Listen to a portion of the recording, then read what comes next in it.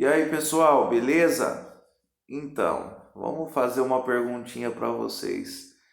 Filho pródigo está dentro da igreja? Como que andam as pregações sobre o filho pródigo? Nos dias atuais, como que está esta pregação? Será que ela está sendo executada? Será que existe filho pródigo? Será que existe arrependimento? E como que é a aceitação daquele que saiu e quer voltar? Hoje, no vídeo de hoje, eu quero falar um pouco sobre isso, que acontece muito dentro da igreja. E como que é pregada esta pregação? Uma pregação difícil, hein? Uma pregação que vai um pouco contra é, das doutrinas de homens, viu? Porque tem muita gente que não aceita. O ataque, o julgamento já passa no olhar, no falar e no agir. Muitas vezes as pessoas não vão aceitar aquele que quer voltar. Então vamos lá, vamos lá. O que eu tenho para falar para vocês? Eu não vou ficar lendo tudo aqui, tá? Eu vou passar para vocês aqui 15 de Lucas, tá bom? A partir do versículo 11 ao 32.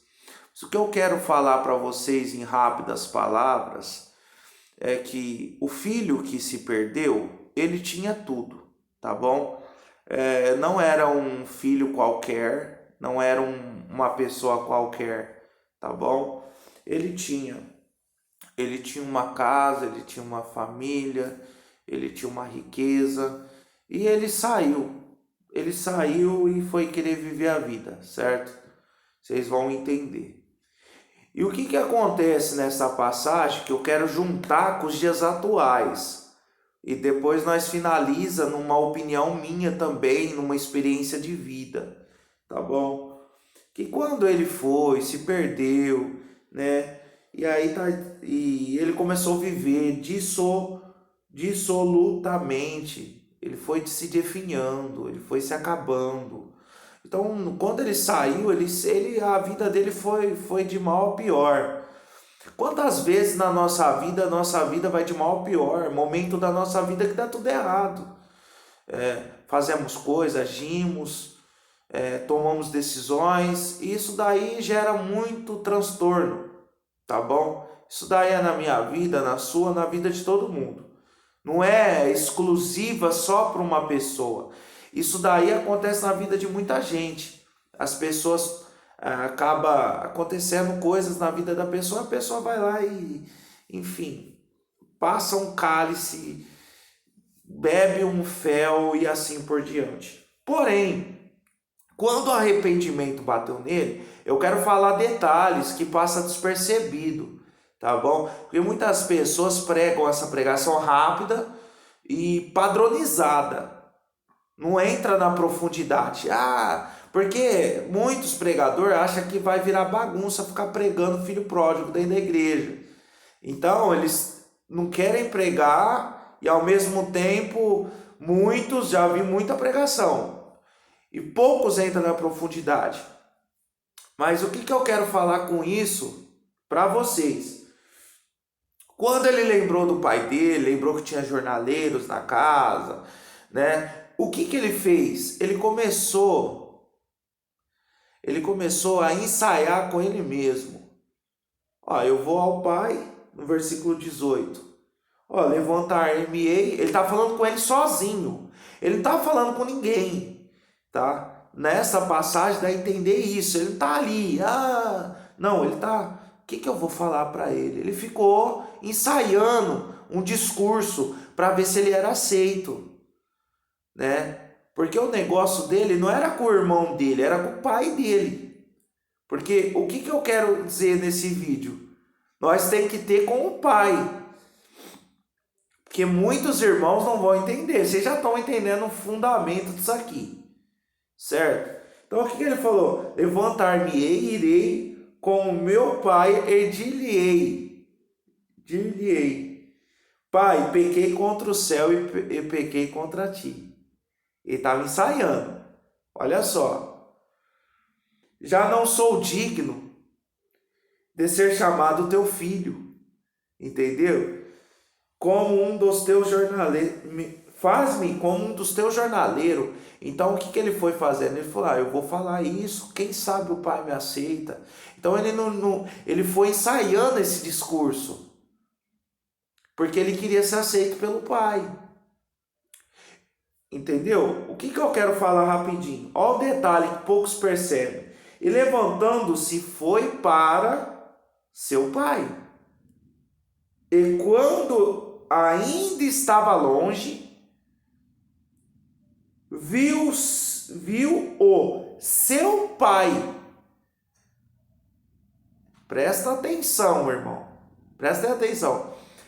Esse versículo aqui, se você analisar friamente, quem viu ele, não foi ele que viu o pai, foi o pai que viu ele. E se moveu de íntima compaixão. E correndo, lançou-se ao seu pescoço e o beijou. Então, ele queria se redimir, pedir perdão. Quem veio até ele e viu ele foi o pai dele, que se moveu de íntima compaixão e foi até ele. É diferente. No caminho longe, ele indo, o pai dele enxergou ele e veio até ele e abraçou e beijou. Então, nesse período, não foi ele que viu o pai, foi o pai que viu ele. Olha o detalhe que faz a diferença. E quem veio correndo, veio correndo, não quero saber, é meu filho. Ele tá vindo, eu vou até ele, é meu filho, eu amo meu filho. Eu não tô nem aí para que as pessoas vão pensar, ele é meu filho, eu amo ele. Você que é pai, você sabe, você que é mãe, você sabe. Certo? Meu filho, abraçou o filho. Eu amo ele, acabou. E o filho lhe disse, entendeu? Presta atenção no versículo 21. E o filho lhe disse, quando o pai chegou e abraçou ele. O detalhe está aí, que poucos pregam e esquecem desse detalhe.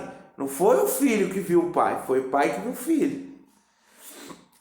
Pai, pequei contra ti. Aí ele foi falar o que ele foi combinando, certo? E o que acontece? O pai aceitou ele. Esta é a pregação. Só que quando o filho mais velho voltou, certo? Está escrito no versículo 28. Mas ele se indignou. Ele não queria entrar na festa. Ele não queria, porque o pai fez uma festa para o filho que voltou. Pelo filho que voltou, o filho mais velho não queria, não aceitava. Entendeu? E saiu o pai, estava com ele. Ele não aceitava ver o pai com o irmão mais novo. Porque o pai fez uma festa. E na festa o pai falava, meu filho voltou, meu filho está aqui. Eu estou aceitando ele. Preparou a melhor comida, a melhor bebida, para aceitar o filho que voltou. Mas o mais velho não quis. Qual que é a interpretação disso aqui? O que eu quero falar com isso aqui? Prestem atenção. Depois, se vocês quiserem ler, entendeu? Ele ainda, o que ele fez, o filho mais velho, no versículo 30? Ele foi querer lançar os erros do irmão dele pro pai dele. Mas como que se aceita um cara desse? Como assim? Não tem como, hein? O cara fez isso, o cara fez aquilo, né? E o pai aceitou. É o que para não estender muito, o que é o fundamento que eu quero falar? O caminho que o filho trilhou até o pai, na minha visão, é o caminho do arrependimento. É o caminho da redenção. É o caminho daquilo que ele se arrependeu. E o pai enxergou ele no caminho. porque isso é uma parábola. O que é o irmão? O irmão, muitas vezes, é a igreja, é o corpo, é as pessoas. Entre aspas, é a irmandade, é o dirigente, é o ministério, que muitas vezes não aceita aquele que quer voltar. Por quê? Porque tem muitas pessoas que acham que a igreja é a placa. Eu respeito, tá? Não estou atacando. Tem gente que acha que a graça, a igreja é a placa. Então o que acontece? Ele quer voltar lá, ele quer ir nos cultos. E muitas vezes ele é cuspido, jogado fora, porque muitos que estão lá não aceitam ele voltar. Muitos vão atacar ele ou ela. E quantos filhos pródigos querem voltar e são macetados? Só que as pessoas entendem, esquecem de entender uma coisa. Muitos esquecem que quem comanda a nossa vida, eu não comando a sua vida, você não me comanda a minha vida. Entendeu? Você tem decisões, você toma decisões. O que eu quero falar nesse vídeo? Você tem as suas escolhas, o ir e vir. Eu vou fazer, eu quero fazer. A decisão é minha. E o que o filho mais novo fez? Ele tomou uma decisão. Ele quis sair dali. E ele se ferrou. Ele se prejudicou sozinho. Mas ele teve o caminho do arrependimento. Só que muitos que estão lá não vão aceitar. Porque as pessoas aprenderam o quê? A criticar. Então uma pregação como o filho pródigo é uma pregação difícil de ser pregada. É uma pregação difícil de ser anunciada, porque vai contra aquele padrão que muitos vivem, que é criticar, que é julgar, que é condenar. Vai contra a ideologia de muitos irmãos que pregam e jogam almas no lixo, atacam pessoas. De vez de abraçar, não, destrói. Então essa pregação, ela vai contra esses princípios. Então é uma pregação difícil de ser pregado. É uma pregação difícil de se ouvir. Porque se você entrar no fundamento, o pai aceitou o filho. Porque quem comanda a nossa vida espiritual é o pai. E não eu vou comandar a sua vida. Eu não tenho direito de chegar em você e querer dizer: você não tem direito de entrar na festa. Você não tem direito do pai te abraçar. Você não tem direito do pai te perdoar. Não tem lógica. O homem e a mulher, ele tá para criticar, para julgar. Mas eles esquecem que quem comanda e quem é o rei dos reis, quem é o juiz dos juízes espiritualmente falando, não é o homem, não é o ministério, não é o que está lá em cima. Não é o juiz que condena todo mundo, não. É o Criador que fez o céu e a terra. Então ele ama quem ele quer amar, ele perdoa quem ele quer amar, quem ele quer perdoar, e assim por diante. Ele não vai impedir o ataque de alguém que não te aceita. Alguém que te odeia, alguém que não quer ver o seu bem.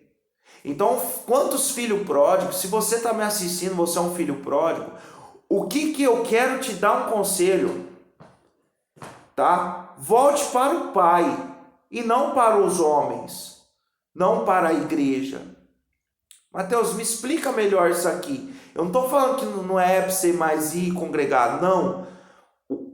O voltar para o Pai é você para com Deus. É você para com o Criador. Acabou. Não tem um terceiro, não tem um quarto, não tem uma opinião diversa. Quem tem que te perdoar é Deus. Quem tem que te aceitar é Deus. Agora cabe a você trilhar o caminho do arrependimento. Você se arrepender daquilo que você fez, que você não se orgulha. Daquilo que você fez, e você fala: nossa, como eu me arrependo de ter feito isso. Mas Pai, me perdoa. Falar com Deus. Nessa passagem, foi o pai que viu o filho. Então, se você se arrepende de verdade, o pai está te enxergando, o Criador está te vendo. Só que muitas pessoas estão oprimidas, porque quantas vezes no desespero entra dentro do culto e lá é atacado, destruído. Pessoas não saudam, a pessoa vira o rosto, as pessoas condenam. O que a pessoa faz? A pessoa se entrega. Ah, eu não tenho mais jeito. As pessoas não me entendem. Ah, o povo não me abraçou. Muitas pessoas que se entregam é pessoas que têm pouco entendimento, pouco conhecimento. Então, eles se deixam levar com a opinião das outras pessoas. Eles se deixam levar pelo ataque dos outros, pelo julgamento dos outros. Infelizmente, tem muita gente que está soterrada. Por quê? Porque é atacado em cima do púlpito, porque as pessoas não saudam, ele não aguenta mesmo, ele fica arrebentado. Se arrebenta. O que acontece? Ele não consegue voltar. E quando é para ter misericórdia, muitas vezes não tem. Mas o que eu quero dizer para você? Não espere misericórdia das pessoas, porque não vai ter.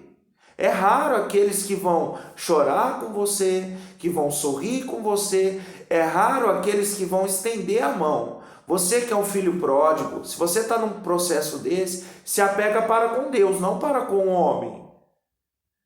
O seu voltar é para com Deus, não para com o homem.